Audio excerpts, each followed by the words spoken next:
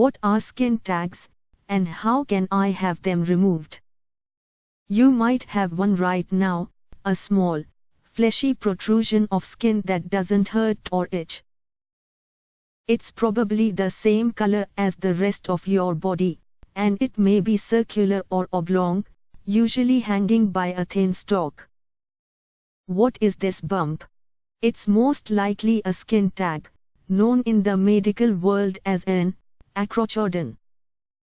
Skin tags are pouches of skin that tend to pop up on parts of your anatomy that naturally have lots of skin folds, such as under your arms or breasts, or on your neck, groin, and eyelids. They can be mysterious and worrisome, and they are often mistaken for other growths, such as warts. But knowing why they develop and what to do about them will help dial back any anxiety you have. Here is an overview of skin tags, who gets them, where they tend to show up, and the safest way to get rid of them. What are skin tags?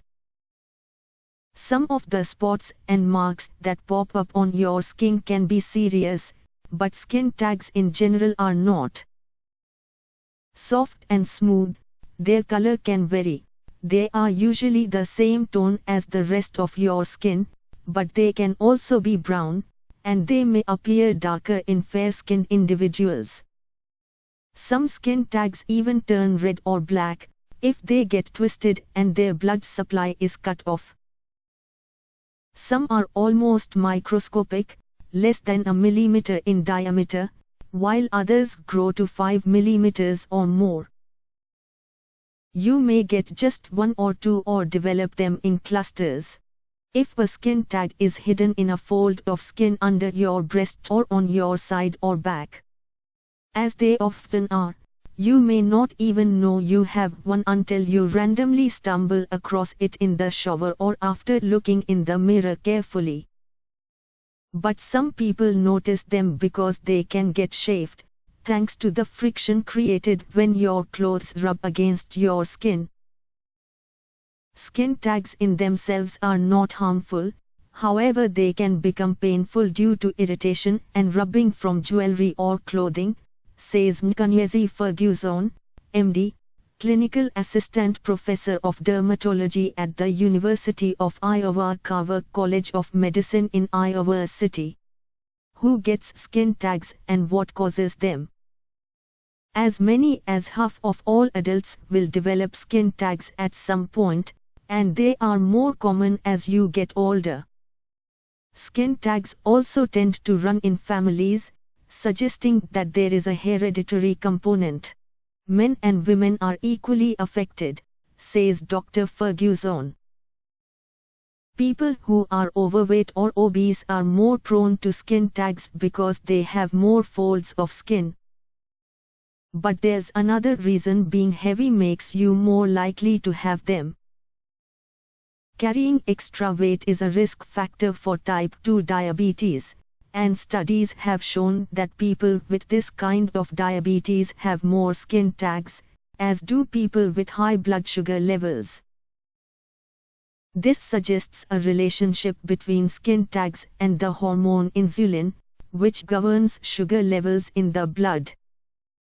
Obese people with diabetes are more likely to have skin tags because they have higher levels of insulin, explains Robert Corgi, MD, endocrinologist at Southside Hospital in Long Island, New York. Insulin promotes growth, he says, and it may also cause skin cells to replicate. This in turn leads to the development of skin tags, which can be an early warning sign for diabetes, Dr. Corgi adds. Research has also linked skin tags to abnormal metabolism of carbohydrates and lipids as well as high blood pressure, both of which are aspects of metabolic syndrome, aka prediabetes, a collection of conditions that raise the risk for heart disease and diabetes. Some scientists now advise that people with multiple skin tags be checked for diabetes as well as heart disease. Hormones other than insulin also probably contribute to skin tags. Pregnant women often develop the tags during the second trimester. Skin tags also crop up in people who produces too much growth hormone in their pituitary gland in the brain. Certain health conditions bring with them a higher risk of skin tags. One of these is Crohn's disease, a chronic condition that causes inflammation in the digestive tract and triggers side effects such as diarrhea, abdominal pain, cramping, constipation and rectal bleeding. Skin tags in people with Crohn's tend to appear at the opening of the anus, research shows. Children rarely get skin tags, but a skin disease called nevoid basal cell carcinoma syndrome, also known as Gorlin syndrome, can produce growths that look like skin tags. This is a genetic disorder that leads to the skin cancer basal cell carcinoma. That's why anything that looks like a skin tag on a child will often be biopsied. Should you get rid of a skin tag? Occasionally skin tags fall off on their own. But in general, once they appear, they are usually there to stay. While it's understandable that you'd want to get yours removed, think about it first, since there's no health reason to snip it off. It is not medically necessary to remove skin tags and it is fine to leave them be, says Dr. Ferguson.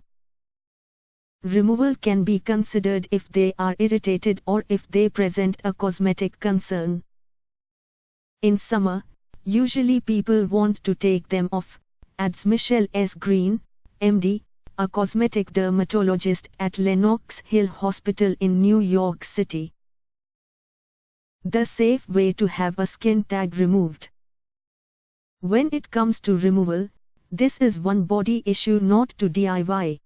True, the tags are benign, and it might seem like you could cut yours off quickly and easily with cuticle scissors. But doing so can cause pain, bleeding, and the potential for infection. Since you need to see a dermatologist to confirm the bump is indeed a skin tag and not something more serious, like warts or skin cancer, play it safe and have it removed in your doctor's office. There are a few different techniques that can be used to remove skin tags depending on location, size, and skin type, says Dr. Ferguson. Each method is simple and relatively painless. Your doctor may choose to freeze the tag off with liquid nitrogen, called cryosurgery, burn it off, electrocautery, or cut it off at the base with sterile scissors or a blade. If the tag is a large one, you may need local anesthesia and stitches. In most cases, removal takes 2 minutes, it's pretty quick, says Dr. Green. One thing to know: if you have had one taken off, odds are good that it'll return again in the exact same place. That means going back to your dermatologist for another removal procedure or learning to live with it.